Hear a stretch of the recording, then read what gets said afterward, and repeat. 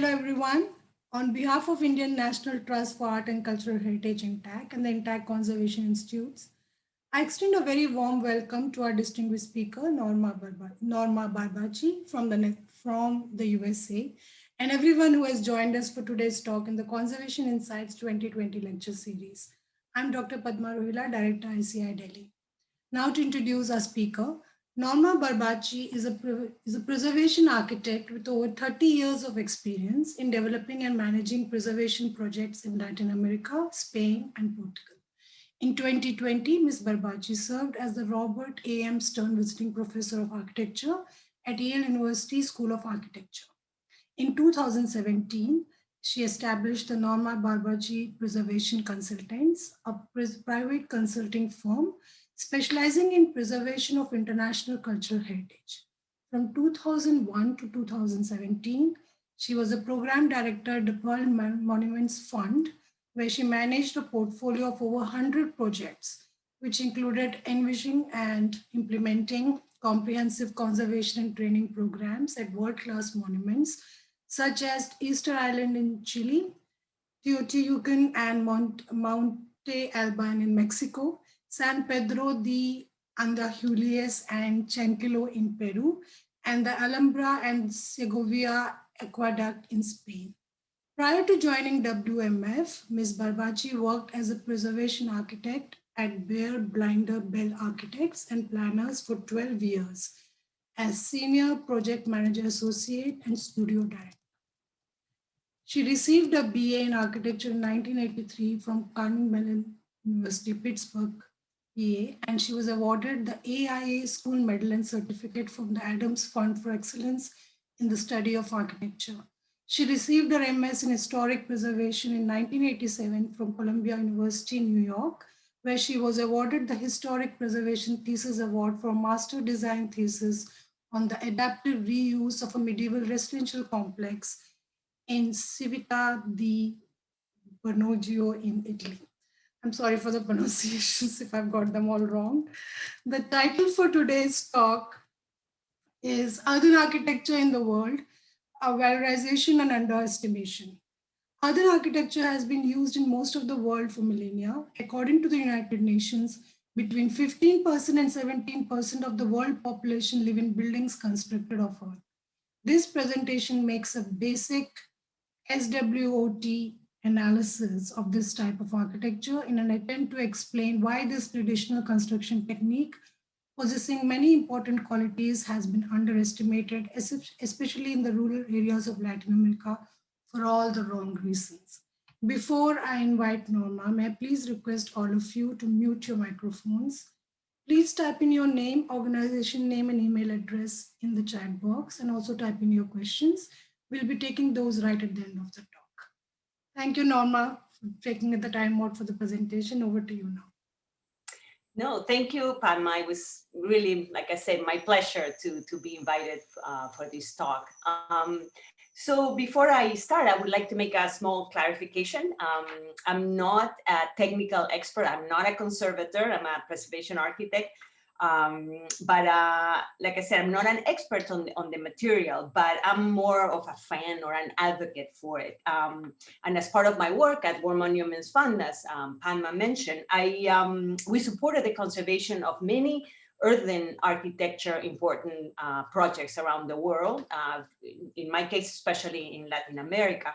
But at the same time, as we worked on conservation projects of earthen architecture, there were important monuments, but I also was a witness to the loss of a lot of these more vernacular or simpler contributing buildings of earthen architecture, adobe, quincha, tapial, etc., in Latin America, and especially in Peru, where I'm from.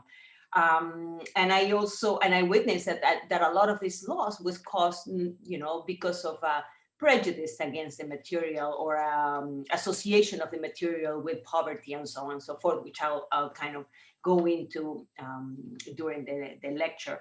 So like I said, I'm not a technical expert, but I'm being very interested. So I decided to do a little bit of research, and basically this is the result of what I learned.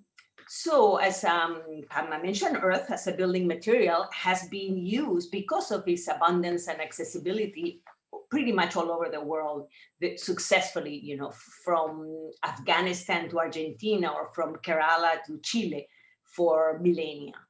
And that, okay, and so anyway, this picture is the Church of San Pedro de Andahuaylillas. I'm sorry about the complicated names. It took me a while also to be able to handle them. But this is a church in Cusco, Peru, and it's completely, painted with unbelievable murals. But it's all built of adobe and wood and some stone in Peru. The fertile regions that made possible the development of the Neolithic agricultural revolution, basically, invited human beings to build their settlements from the alluvial soils, which were rich in sand, silt, and clay mixed with straw from the agricultural crops, and gave birth to the first solid and durable building material, the sun-dried mud bricks. And according to the UN statistics, approximately 1/3 of the world, and possibly more in underdeveloped countries, live in or use earthen buildings. Could be humble houses in Puno, Peru, like the bottom left, or buildings in Yemen that could be 9 or 10-story high at the top left. Earthen architecture has been used to build homes, churches, mosques, palaces, fortresses, pyramids, barns, walls, defensive walls, and all types of structures, and many of which have survived for centuries and even millennia in drier climates. In Africa, for example, Djenné in Mali is one of the oldest villages in sub-Saharan Africa. It was built of adobe around 250 BC. And the Great Mosque of Djenné, which is considered one of the largest earth buildings in the world.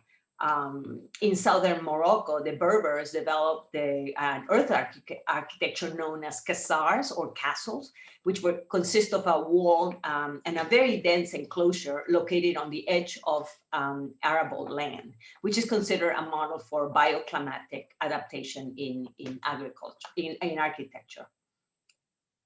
In America, most of all pre-Columbian cultures use earth in their constructions, especially in Peru, Mexico, and the southwest of the USA.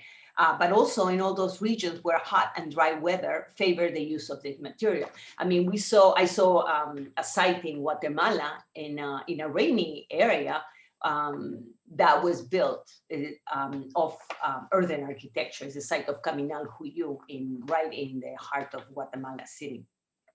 In Peru, the Sechin Bajo in the region of Ancash is one of the oldest earthen sites. It was built of adobe in the 4th millennium BC. The Huaca Ventarrón in the region of Lambayeque was built of blocks of yapana, which was alluvial mud dried up and cut in chunks, and the site was built in the 4th millennium BC. The Huaca de la Luna, which is the third from the left, is in the region of La Libertad on the coast of Peru. It's a ceremonial moche culture pyramid that was built of millions of adobe blocks and covered with amazing polychrome friezes built during the 1st millennium AD. And then the Chimu city of Chanchan, which is a very well-known World Heritage Site, is considered the largest pre-Columbian city in South America. In Mexico as well, the core of the Pyramid of the Sun in the very, very important site of Teotihuacan was built of compacted earth between 300 and 900 AD. And in the Sierra Nevada of Santa Marta in Colombia, on the right, you see traditional homes of the indigenous Arhuacos, these houses are known as huracais, and they were made of quincha, or, I mean, I'm gonna be using the term quincha because that's what we call wattle and dowel construction. Also during colonial times, indigenous earth construction, the systems continue to be used, enhanced by new European techniques brought by the Spanish. So the architecture built between the 16th and the 18th centuries was mostly made out of quincha, tapial, or rammed earth, and mud brick structures, combined with other materials, obviously, such as stone and wood. And it was only in the 19th century when industrialized materials began to be used in urban settings. And then in the 21st century, also these systems began to displace traditional earth architecture in more rural areas. In Asia, one of the first expressions of architecture was and the first surviving earth structures are found in Anatolia, Turkey, and at the archaeological site of Shat al-Hayuk. This is a Neolithic settlement. It was built with adobe bricks between 7500 and 5700 BC by a society of collectors, farmers, and shepherds.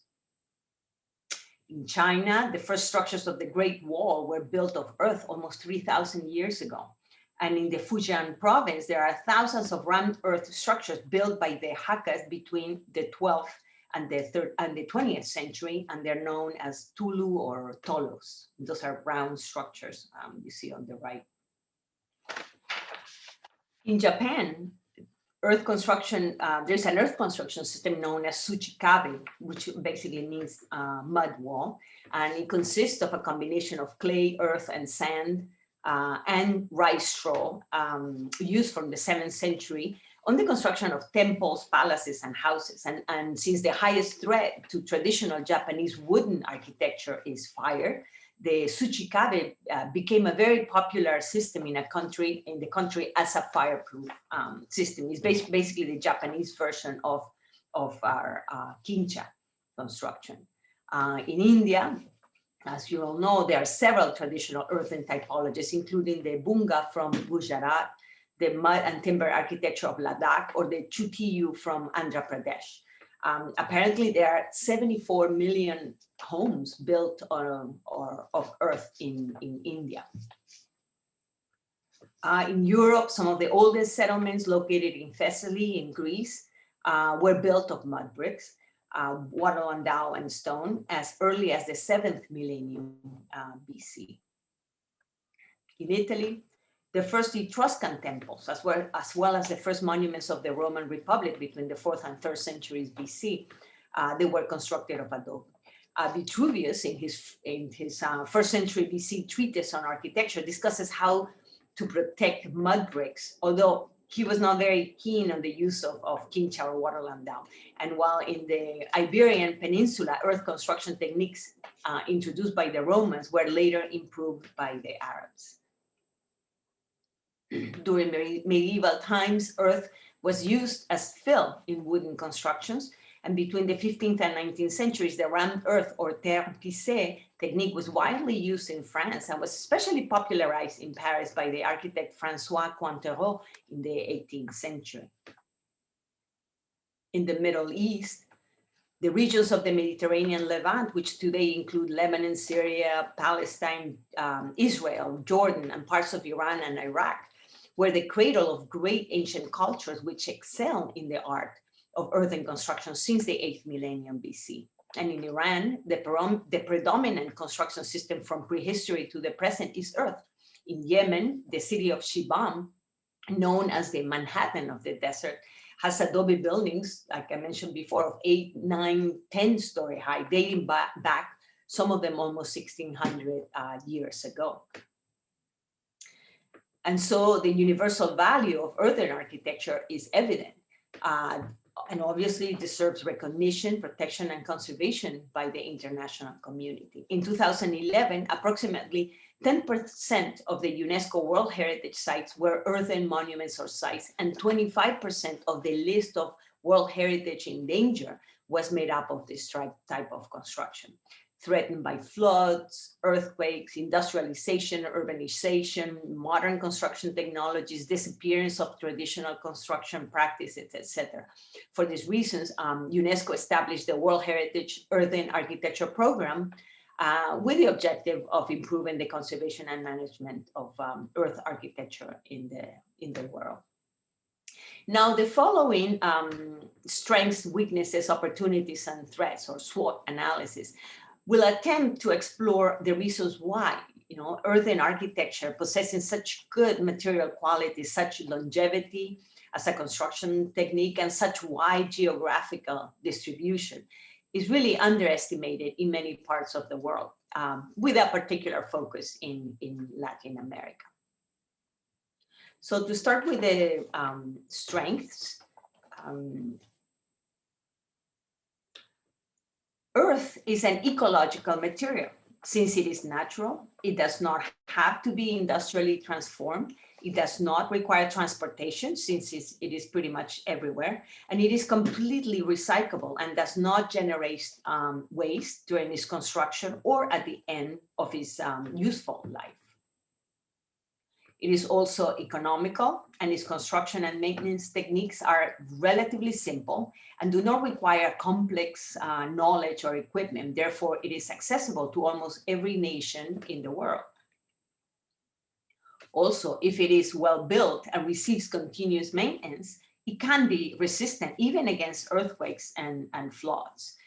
In Peru, the destruction of by an earthquake in 1609 of the stone and brick vaults of the old cathedral of Lima generated an interesting technical debate between builders that were concerned with the structural stability during earthquakes in this type of construction.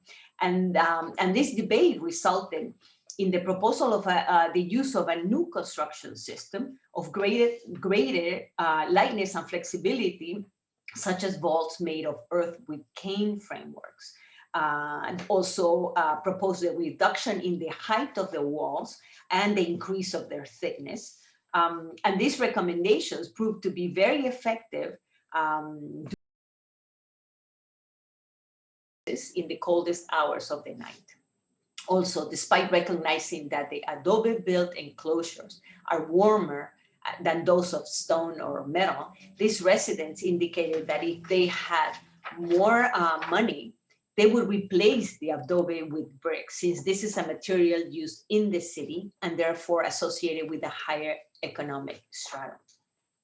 According to a Peruvian historian, Elizabeth Kwon, due to sociological problems that are structural in our country, now adobe is ceasing to be the favorite construction material for farmers. The noble materials, as they now call concrete, is what is used because it means economic status and therefore social status and a sign of prestige in rural communities, which is why the wonderful, small and warm two-story adobe houses are being replaced by a new landscape of modern materials such as colored polycarbonate, colored glass, tiles, etc.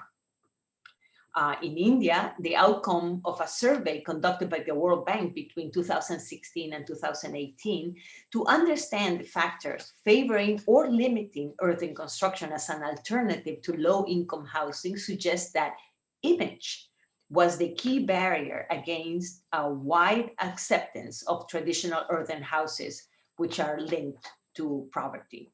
And finally, prejudice against earthen construction extends to the banks that do not consider earthen houses as collateral or an asset, and therefore are reluctant to provide loans based on them. Another major threat to earth construction is the loss of ancestral knowledge of how to build and maintain this type of buildings. According to Tara Sharma, a project director of INTACH Ladakh chapter, in the mountainous areas of Ladakh in India, Buddhist communities build earth cities according to established rituals and traditional beliefs based on a deep knowledge of water and underground evacuation channels in case of flash floods. This knowledge resulted from centuries of a unique relationship with their landscape, which is manifested in all forms of culture, especially their architecture and their knowledge system that dictate how, where, and when a building should be built.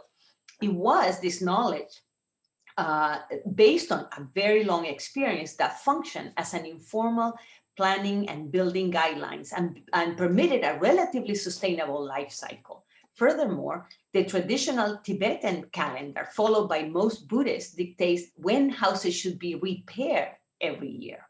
Unfortunately, in the 20th century, this knowledge was lost or ignored, and the new settlements built without respecting the ancestral rituals, which were based on a practical knowledge of local hydrology, or where declining knowledge and skills in building maintenance prevented the implementation of regular maintenance cycles, were terribly affected during the 2010 flash floods.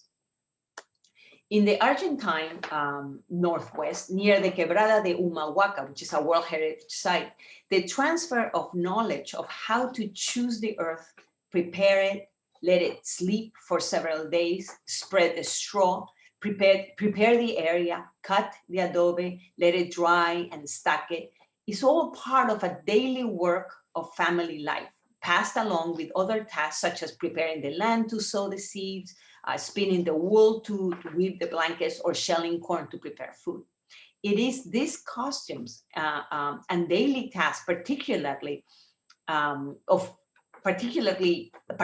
and typical of the community, that over time generated the identity of the region and the character of a recognized intangible heritage. This knowledge, unfortunately, is being lost because of the massive insertion of new materials, or the influence of modernity, or the new cultural patterns brought by outsiders settled in the region.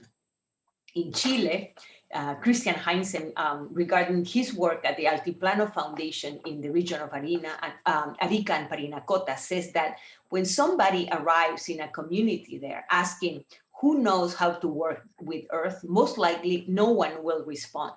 The adobero of the community, who's tired of the disregard for his inherited knowledge, will remain silent, expectant, and distrustful, as if someone was interested in locating a treasure. For Heinzen, the valorization of earth as a constructive element coincides with the vindication of indigenous or ancestral cultures and with the decolonization of knowledge.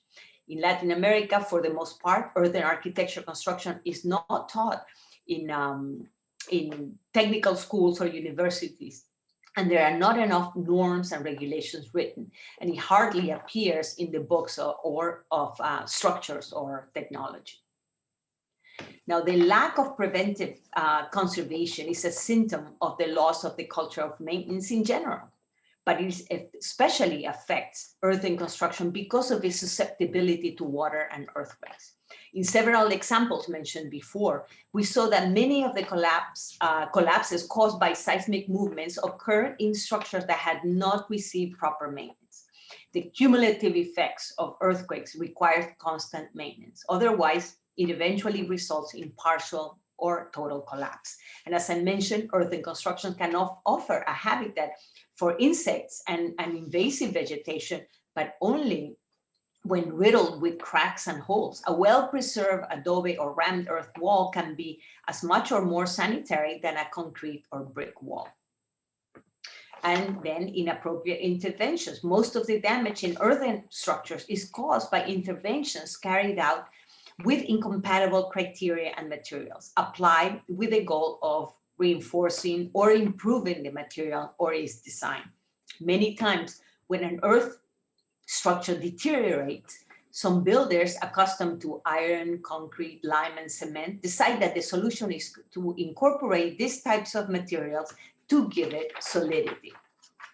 This abandoning of the basic concepts of continuity, homogeneity, and adhesion in terms of construction, and of unity, texture, and color in the visual and morphological sense. A common intervention is the replacement of mud plaster with a cement one, especially in the lower parts of the walls where the wall is most exposed to use. This creates an impermeable layer that traps the moisture rising by capillarity, causes the accelerated deterioration of the mud wall, and eventually, when the cement coat falls, due to its lack of adhesion, it drags with it parts of the earthen wall. Also, the introduction of openings and additions of incompatible materials such as concrete blocks or reinforced concrete can cause detachment or separation, or the so-called hammering effect during earthquakes and contribute to the loss of the structural unit of the construction. And finally, deterioration due to lack of maintenance or failures caused by inappropriate interventions contribute to the poor perception of the material. This process, it actually generates a vicious cycle that results in the replacement of a viable, economical, and locally accessible construction material with other materials that not only require a greater investment, but because of their industrial production and need for transportation, produce a much larger carbon footprint. In contrast, seismic reinforcement, installation of an adequate drainage infrastructure, the use of appropriate restoration designs and techniques, continuous maintenance, etc., are key to the sustainability of earthen construction, especially in seismic and flood-threatened areas. But also legislation. Legislation may be a threat or an opportunity for the preservation of earth building systems, depending on the intention and scope of the regulations. However, although there have been significant advances in recent decades, earthen architecture is neglected in many local and regional development plans.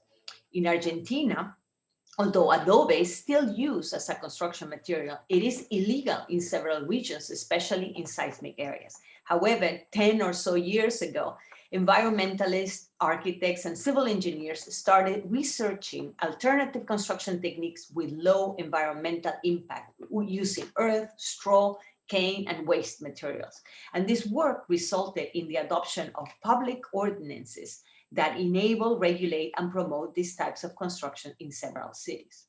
In Chile, in 2003, the Altiplano Foundation, I mentioned before, when they started to restore historic churches in Arica and Parinacota, northern Chile, the message from the academy and the government to them was to conserve the shape of the buildings, but replacing its original earth material with another noble or modern material that complied with the strict norms of construction safety. But years later, and in response to the massive damage caused by the 2010 earthquake in Chile, the Chilean government developed, in collaboration with Peruvian experts, a new technical standard to regulate the restoration and structural consolidation of earth constructions in Chile. However, new construction with this material still not yet legalized in the country. In Costa Rica, following the earthquake of 1910 that devastated the city of Cartago, the government launched a presidential decree to prohibit the construction of adobe in the city. And by not including regulations on how to restore or reinforce this type of construction, many were demolished. And in Peru, a country that has pioneered the development of earthquake-resistant design materials standards, the technical standard E080, issued in 1985 and revised again in 2006 and 2017, regulates reinforced adobe construction. And the law's objectives are to regulate the design of buildings of social interest at low cost that can resist seismic actions.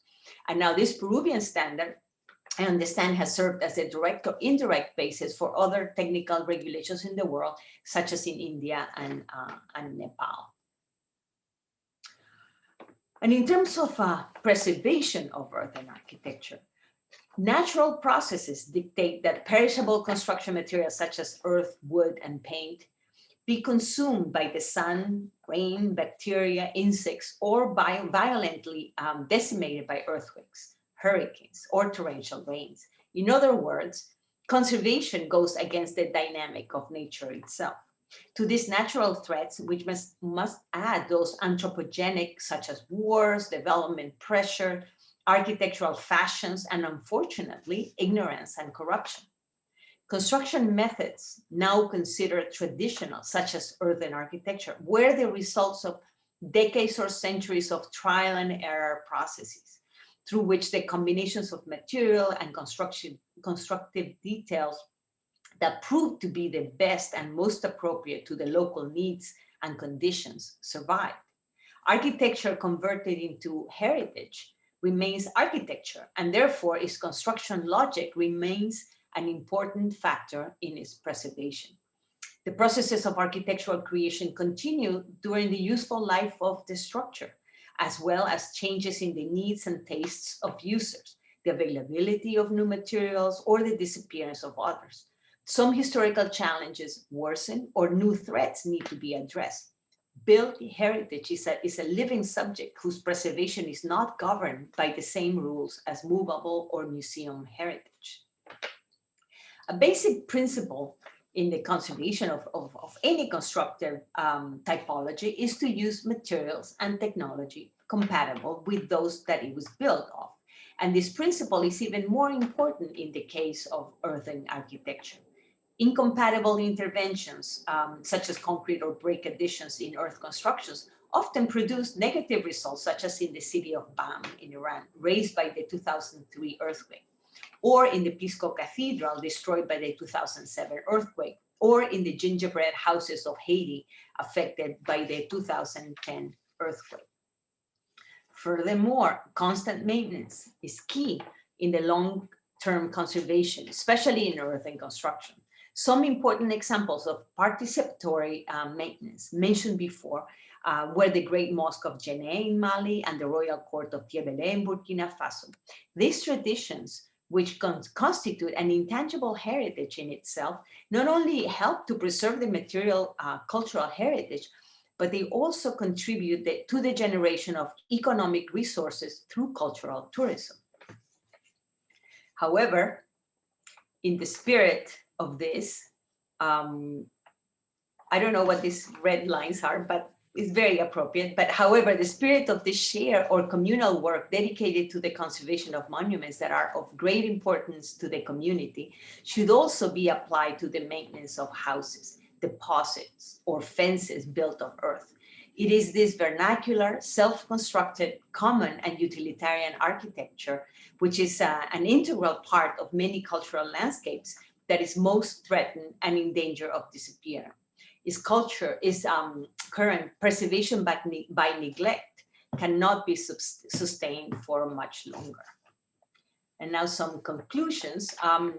So what can we preserve, what can we do, what can be done to preserve and promote earthen construction in areas where this type of construction is the most appropriate for its geographical, climatic, or economic reasons? Should we promote structural and seismic reinforcement techniques such as compressed stabilized earth blocks, CEBs, or the use of geotextiles or with nylon ropes, galvanized steel trusses or tensors, or stabilization with polymer fibers? Or promote new and more efficient earth construction techniques such as the prefabricated quincha, or build houses of adobe reinforced with seaweed, or build structures of earth contained in bags, etc. In any case, low cost, availability, and durability of the proposed reinforcement materials should be prioritized in their selection, as well as the avoidance of greenwashing, which some contemporary earthen architecture projects tend to do. Furthermore, many contemporary earthen architecture projects consisting of either new construction or seismic reinforcement are generally led by international development agencies, governments, or academic researchers, which in many cases fail to create long-standing or entrenched local capacity. Undoubtedly, more research is needed, but also more participatory processes, long-term national policies, and effective knowledge transfer and advocacy programs. And since earth constructions require constant renovation and maintenance, and its preservation is not just about conserving the physical or the material object, but mainly about the preservation of its construction and maintenance techniques, the local social cultural knowledge system for this type of construction becomes an intangible heritage asset that requires valorization, documentation, and promotion. And I'd like to end acknowledging many people that helped me with this lecture. And then also I found this poem about earthen architecture online, which I thought was quite interesting. So anyway, this is all I have for you, and I'll be happy to answer questions. And I'm very, very curious about all these red markings that show up in.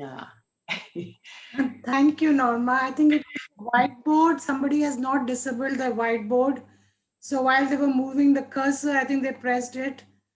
I've requested. I don't know. I think it adds to it. I think it's just adds some impact and this kind of interactive presentation. I gotta explore that a little bit more. No, I think I have to learn how to disable people's whiteboard. I think I can see Nigam Shah. If she's there, if she can do something, I think it's okay. Otherwise, I'll disable next time. I think there's a little whiteboard facility there.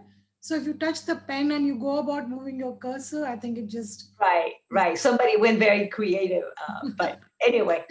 Thank you so much for the talk. I think so far I have not seen any questions, which is a little odd. So if you have any questions, all of you, please type them in very quickly. We'll be taking those up. I think very few questions, no questions at all.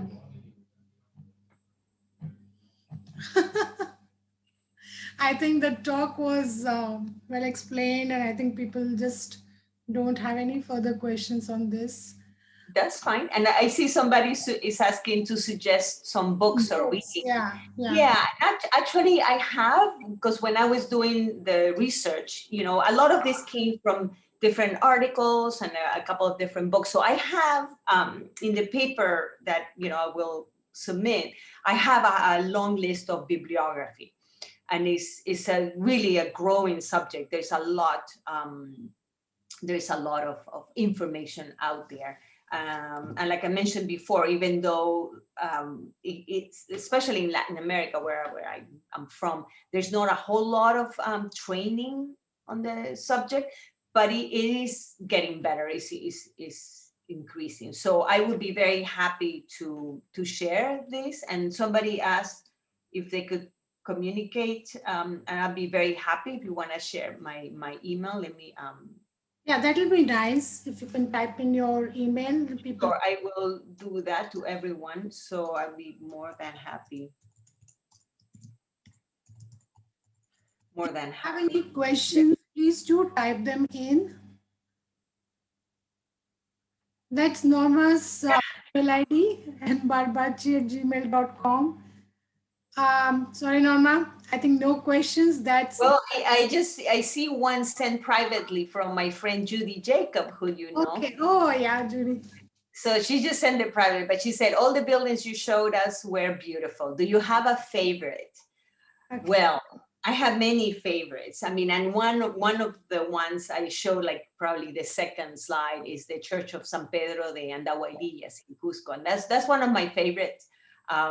Not just because it's built of earth and has gorgeous, mural paintings, but it's because it was actually quite an interesting story. It's like when I was at War Monuments Fund, we adopted the building and we started restoring one portion of it, which was started just with the ceilings, a wooden ceiling, and we ended up restoring the entire structure, and then creating a training program for young people, so because we thought, okay, we're going to restore the church, but then we're going to leave and not leave anything, more sustainable behind. So we started in collaboration with the Jesuit church, we started a youth training program, which trained a group of maybe a dozen or so young people. Some of them were studying architecture, others engineering, others were interested in art, photography, etc. But they became sort of like preservation stewards of the town, not just the church, but they, because they were rooted in that community, they were sort of like a very, very important asset in terms of communicating this preservation philosophy to their own communities. And because they were obviously younger, much younger than us, were much closer to children. And they would go into schools and come up with all these very interesting techniques on how to talk to young children about their heritage. And they expanded their knowledge of heritage, not just their churches or their historic buildings, but also their nature, their surrounded landscape, and the intangible heritage of the community. So this adobe church, beautiful one, but actually became the vehicle for creating something more sustainable and more, sort of rooted in the community. So anyway, yeah, And that could be one of my favorites. yeah, thanks, Judy, for the question. Thank you for joining us and introducing me to Norma as well. I hope you're hearing me.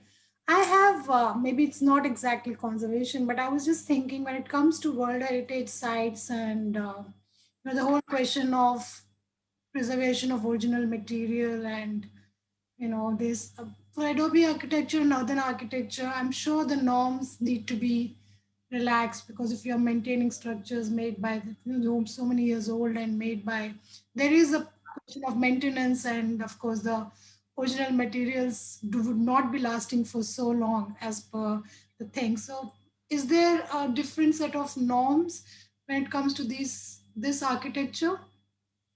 Well, there should be, because like you said, a lot of these materials like wood, earth, paint, and so on. I mean, they are perishable, and they were designed to be maintained and renewed. We saw the maintenance processes in Burkina Faso and Mali, and they are based on a tradition that every year, or Yeah. however often, they had to redo that coating. So when you look at it, the material that you're looking at is a material that is 1 year old, Yeah. but the structure, but the techniques, those are centuries old or millennia old. And that's why I'm saying, this is we have to understand this as a whole intangible heritage that needs to be preserved, not just the materiality, not just that earth, although maybe some of that earth has been reused and recycled. But we need to, sort of switch our point of view. We had a project in Chile, which it was not an earthen architecture, it was actually wooden churches in Chiloé. And it was a group of churches that were World Heritage sites.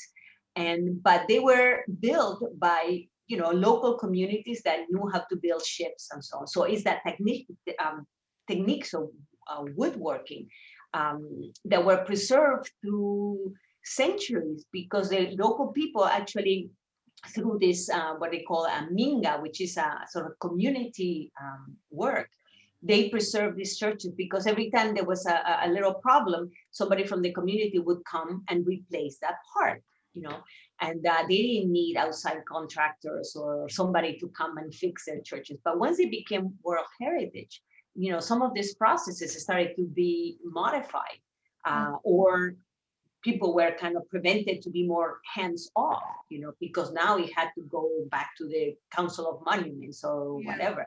So those superimpositions of legal or formal jurisdiction over this cultural heritage that belongs to a community could have some problematic effects. So there has to be an understanding of the processes and so on. So anyway, that's why I'm a big fan of actually understanding and preserving the actual intangible construction techniques, not just the material. So thank you, Norma, for a wonderful presentation. And as I said, the case studies, the images, it was striking and I think very inspiring. So thank you so much. Thank you everyone for joining us. So it's bye. Thank you. It was my pleasure. I had fun. You had fun. Good. Thank you. Bye. Thank you. Bye. Bye-bye.